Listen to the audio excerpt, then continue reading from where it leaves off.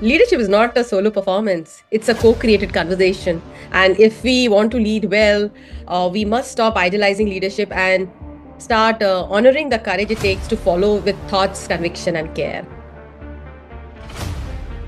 Believe in the two words just be and continue to live on the hope despite opposition.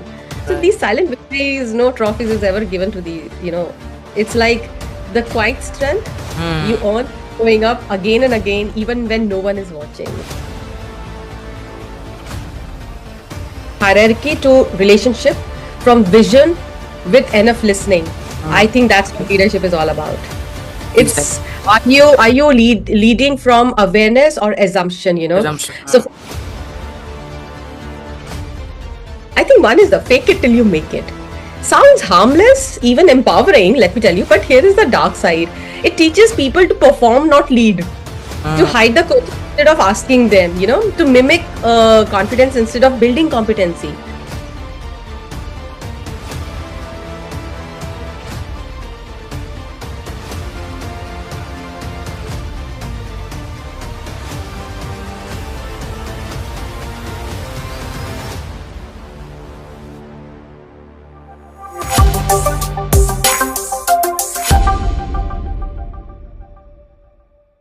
So, hello viewers. Right now, I am in conversation with Anubha Walia, and she is a founder of Prism Philosophy, and we will discuss that. Wow, that what is Prism? And she is now a CPO at Prism, an international corporate trainer, best-selling author, leadership mentor. So, ma'am, tell me that your journey, because viewers would really love to know that how an Indian, you know, goes to international, and actually how she became a award-winning mentor, writer, author. Tell me your journey, ma'am.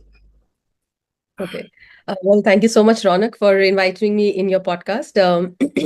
There is nothing called bed of roses, I always say. There's always a hard work and there's always a clear vision one must have. Um, it's transition from local to global, and I make it global, there was something which I always wanted to do, and I ended up doing my PhD in a subject called followership.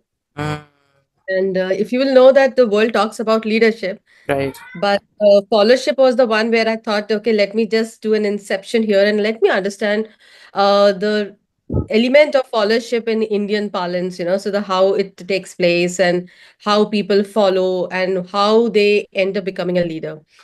Transiting from the award winning at a global level, maybe because the kind of effort that we have put in, into the diversity, inclusivity, equity. The most important one is the women empowerment. So I firmly believe in that, and especially the females in the midlife crisis. I ensure that Prism gives them that opportunity, and they can outshine their own expertise and make Prism grow into the space of coaching, into the space of wellness, into the space of training. This is what we have been into. So this is how it's just an effort, nothing else. You mentioned, ma'am, about followership. You have, discovered followership in a world which is, very obsessed with leadership. So, I mean, what kind of truths you have discovered that most leaders are still blind to that? Okay. So, I mean, what are the truths you have discovered so far? Right. hmm Uh, we all live in a world which is obsessed with leadership, and you rightly said it. Uh, whether we being in front or taking charge or setting the direction. But here's a question that Mm, really get What's truth are most leaders still blind to? I would say the first one is leadership means nothing without the will, wisdom, and discernment. In fact, discernment of follower. So mm, the best leaders were once the great follower. Let me tell you that, right. and we were truly ready to accept that. Mm, Are we? That's the question mark. So, does our obsession with leadership makes us blind to the power and intelligence embedded in followership? That's a question mark again. right. So, during my coaching engagement and research work, I explored how people shift from being dependent or independent critical contributor versus active and a passive thinker into the followership. Mm, What I came to realize that followership isn't a passive; it's a powerful. When someone invites me to coach or work with them, they often begin with their story. But these stories are often built on interpretation of past events, assumptions, and about people's intention and predictions about what's coming next. Right. But here's the thing, you can create a new path forward if you are building on illusions. Just like reading a map, you can't plot the course if you don't know where you are actually. Right. And the second thing I would say that is most leader thinks they know where they stand, Mm, but they see clearly, and are they operating from the projections, pride, and outdated paradigm? right. So we don't know what we don't know actually. That is also another thing the greatest leadership blind spot is. So I think it's very important, I would say, uh, during my research work, what I witnessed again and again, great followers make leadership possible. And they are the architect of action and not just the hands, but the heart of the mission. But too often, it's seen that leaders fail to recognize that followership is a choice, not given. Right. It thrives on trust, clarity, mutual respect, and the willingness to be in relationship, just not in command. Mm, So I would say leadership is not a solo performance, it's a co-created conversation. And if we want to lead well, we must stop idolizing leadership and start honoring the courage it takes to follow with thoughts, conviction, and care. right. Right. I mean, very practical insight you have shared, that followership is a choice, right? And Hmm. the exact example I have seen recently, like Gary Rich, who is a CEO at WD-40. He's an amazing leader, and Marshall Goldsmith. He also follows Peter Drucker. So all Correct. great leaders follows somebody, right? So Per- that is very practical thing you have mentioned, ma'am. And ma'am, what is leadership according to you? I mean, how should be the definition of leadership? Perceived. What do you think?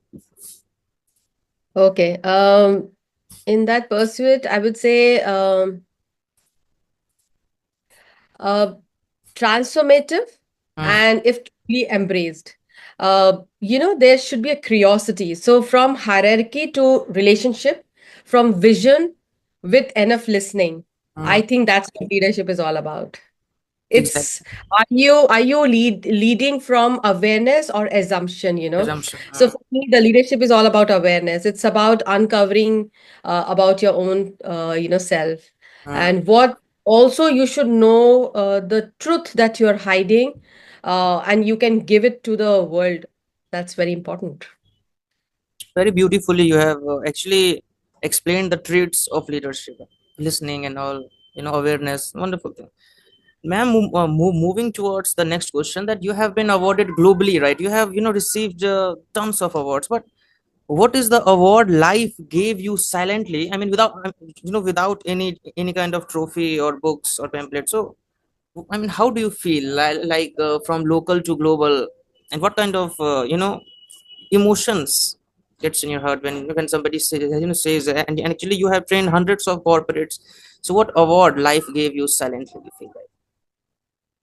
Very thought-provoking. In fact, see, I know one thing. When I was in school, I believe that winning means standing on stage with a shiny prize, an award, a certificate, and a praise from teachers, your facilitators, your leaders, and they're like giving a big clap. So it was nice to see peers clapping for you. It Mm, meant they validated my hard work.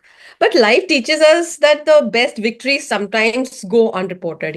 Some victories happens in silence when no one is watching, and they occur probably in hospital room, in the coaching session, in empty apartment, or maybe while you're traveling. So that's where we rebuild ourselves. So I'll use my one personal example I would love to share here. Some years back, in fact in 2018, I precisely remember it. mm, I met with a very cruel accident. It was like a head on with the truck, and I remember the date. It was 26 September, 4:04 p.m.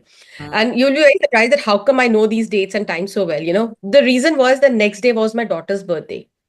So although it took months for me to drive again, I remember the day when I banged that truck, and it's like the truck suddenly came in, and the car was inside the truck and I was saved. So I got a support from the people who helped me to come out of the car, mm. and I was sitting, my hand was shivering, my body was trembling, and I saw a drop of blood, and I wiped off my blood, and then I hear a call from my daughter, and she says, "Yes, Mama, what are you doing?" मैंने कहा, You tell me. And then she says, okay, I'm here to buy my gift. And what's the pain? Because I gave my credit card to her. So, Kehte, can I buy this? Can I buy that? And I very calmly told her, like, yeah, please go ahead. And then she just said, why are you, talking so slowly? I'm like, no, no, no, I was just in the session. So, but then suddenly that day I realized that imagine tomorrow is a birthday. And it was like speaking to her without telling her that I'm in pain. I felt victorious. Let me tell you that. It Right. was my victory over fear, as when you love someone so much, and especially the loved ones are around you, they become your strength. And Mm, it was a big victory in silence. So victory has many faces: to be resilient in defeat, to get out of bed after having a nasty fight with your right. partner, or you keep trying even when the accounts books are not showing considerable profits. So to get up in the morning despite living with the mental health issue, and above all trying to believe in the two words, just be, and continue to live on the hope despite opposition. So Right. these silent victories, no trophies is ever given to it's like the quiet strength you Mm, earn showing up again and again even when no one is watching. that is very incredible story you have shared. And actually, in that situation, you must be feeling like, wow, I mean, the kind of gratification you would have received from your daughter, that if, even if you are going through in pain and you are not, Yeah. explaining it. So that is an incredible thing, ma'am. Yeah. So it's the person you become in the process. No applause, no spotlight, no evolution. I just know one thing: life gives no medal for endurance, but wisdom. So Mm, yeah, exactly.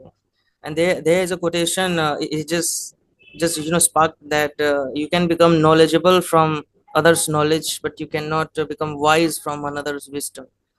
absolutely nailed it. Absolutely nailed it. It's an Very incredible true. thing. And ma'am, you have actually been through a lot, and you have explored leadership internationally. You have taught many things. So, what is the most dangerous leadership advice are given in the name of leadership, that you should do this, you should incorporate this specific habit. So, what do you think? What is the worst given advice on leadership? I okay, I will not say worst leadership advice, but I think one is the fake it till you make it.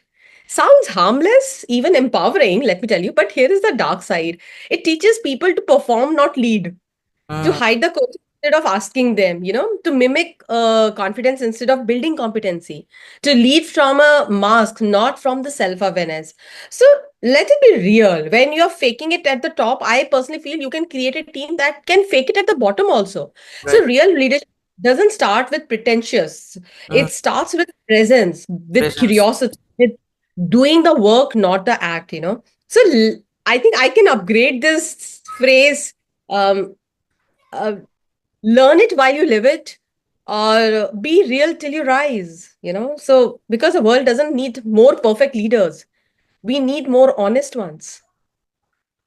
Practical thing you have mentioned, that fake it till you make it. It sounds a bit impractical thing. So agreed, agreed. Yeah. And ma'am, if you could tattoo a question on every leader's soul, then I mean, it is just a hypothetical question. Then what would be the question? I mean, you would love to ask every leader, or every leader should ask himself or herself. So what is the most crucial or indispensable question you would tattoo if you get any chance or opportunity to meet, right? What do you think? um See, I always mention about being purposeful and growth oriented, uh, and I always learn from today, and then I see how I can apply it tomorrow. So considering that, I think one question could be, what did I discover today that could shape a better version of me tomorrow? I think this will encourage leaders to slow down, extract wisdom, and turn learning into a purposeful action. So it transforms everyday experience into stepping stones for conscious leadership. It probably will help you to bridge the experience and execution, and building the self awareness, driving intentionally, and I think cultivating a growth mindset. Growth So, mindset, right, ma'am. And ma'am, how would you suggest aspiring leader who wants to become a phenomenal leader in his life, or he's in 20s, or he has just started, he has just taken an initiative towards becoming a leader. So what Mm. advices or what insights you would love to share with them, that they actually these are the traits or these are the philosophies, like you have built Prism philosophy. So how would you Mhm. suggest a aspiring leader to become a leadership master? What would be that? I think you used my own philosophy. So I would say lead through Prism, not to impress, but to imprint. Mm, So let me elaborate this. I think this is not only for the youngsters, but all set of generation from baby boomers to the millennials, and in fact today the alphas are also common. I think the philosophy that Prism has brought in, it's a very clear cut focused, so it has an acronym which is prepare, respect, implement, share, and maintain. So I would say prepare with purpose, So don't just show up ready and rooted in intention. So it's just about checking boxes, the last minute facts, but it is about uh, reflecting instead of deflecting. Uh, Second would be respect, which is to be given and trust is built. So respect is your gift to the world. Trust is the world's gift back to you. right. So unlike the old paradigm where respect is earned, these flips the script actually. So Mm, you begin by offering respect to every voice, to every generation, every identity. From the place trust is cultivated, not commanded. Respects the experience, I would say. And third would be implement before you echo. So original move first, ecos follow noise, So I understand the young generation is with social media, trains us to share what's trending rather than create what's meaningful. But the young leaders should, I would say, embody action over affirmation. They need to implement ideas before amplifying others, And the one which I always love is share. So share and don't scroll, because I know this young generation is with the mobile phones. right. So scrolling gives you opinion, sharing creates conversation. So I think leaders don't just consume content, Mm, they contextualize and contribute to it. So sharing is equal to story plus insight plus intent. So it's not about virality, it's about visibility with value. So instead of going viral, I think become more visible with value. And the last one is maintain. I think maintain the legacy over likes. What's last longer than likes is legacy. Have patience. Likes are instant, legacy is intentional, mm, Leadership isn't performance, it's presence, purpose, principles that ripples far beyond a screen. And I think right now, I just, because you asked me that question, that Anubha, how will you describe leadership? I think it's here. It's like 3P: presence, purpose, and principles. mm. So somewhere or the other, it has an effect. Uh, so I think the Prism rule isn't just a slogan, I would say. Uh, I think we indeed, the young leaders, I would say the youngsters, they don't need more influencer, but I think we need more impact makers. So it's our philosophy, the leadership philosophy. You can carry them, at everywhere. So I think I stated very simply, leading Very through. simply, but very these are very practical, yet actually very productive. And you Correct. mentioned that scrolling, not sharing, is a option. Scrolling is a, you will get opinion, but sharing you will get information. So incredible Mm. thing you have mentioned. These are very practical frameworks that people do not get in books. In books they get that we should be a good listener, but how should we become a good listener, it is not taught. So we need your kind Yeah. of trainers that teach complicated things in very simple frameworks, like you have just explained 3 P's of leadership: purpose, and ma'am, I would like you to explain all 3 P's in very simple way, right? Okay. So, see, as I mentioned, presence is in the moment, The mo- purpose is with the vision, and principles are with the values. It's a very plain vanilla, nothing major, I would say. So Mm, I think it's easier to perform. exactly, very simple thing, and youngsters should follow this. And viewers, I would add Anubha ma'am link, LinkedIn link in the description. You can follow her. I have been following her since couple of weeks, and I every day I think I get new insights, through her posts, her videos. So she's posting every day, practical thing. Ma'am, I would like to ask that if you could, share a post, or you would not have shared any LinkedIn post, what is one invisible win you celebrate without posting it? What do you think? Hmm. Invisible win. Right. Um, I think when making countless small efforts every day, yet progress seems invisible, So invisible victories don't make headlines, they don't attract applause, Hmm. but they matter more than we often realize. Whether we consistently showing up to improve a skill, or sticking to a fitness because I do yoga, Hmm. or dedicating a time to reflect on personal growth, which is like a self reflection I do every night. That is called Aditya Bhavna. And these unseen wins form a foundation of everything visible later. So I do a couple of things which is like a regular practice with me. One of them is having a goal log. I have been doing a goal log from last 20, from 2010 onwards. I end of the each year I write my goals, and I in fact jot down and tick what all things I have achieved, and also I write down my learnings. So if I have learned something great, so I mean, to be honest, Ronak, right now you said it very beautifully about you can't get knowledge from others. You can get knowledge from others' knowledge, but you can't become wise from others' wisdom. Very beautifully you just said it. So it's a learning for me, and I'm going to write it down today. So it could be as simple as sticking to a commitment or learning something new. So over the time, this log becomes a powerful reminder of how far you have come. Right. So keeping a goal log. Second is shift your focus to progress, not perfection. Instead of obsessing over flawless result, celebrate the fact that you showed up and made progress. Perfection is rare. Let me tell you, there is no right definition for perfection, Right. but progress is always within reach. It changes your mood, it changes your own body, because you start looking great. Hmm. And the third thing what I do is I reward myself.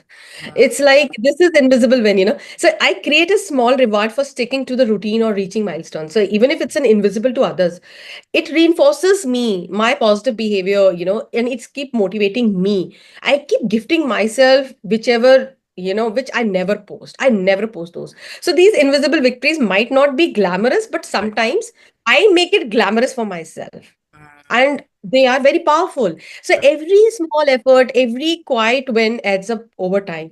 Trust the process, celebrate your progress, and remember that what invisible today may one day become the visible success for everyone admires. And let me tell you, that happens. Right. So I think next time when you feel like your hard work isn't paying off, take a step back, recognize the invisible victories, and you are actually accumulating a lot. Exactly. So You actually it's about previously five times. you Yeah. have previously mentioned about likes are instant but legacy is Yeah. intentional. So incredible thing you have mentioned. And ma'am, you have just mentioned one more practical thing, which is you have built a philosophy called prism, and you have shared that respect is not earned, it is given by by the world.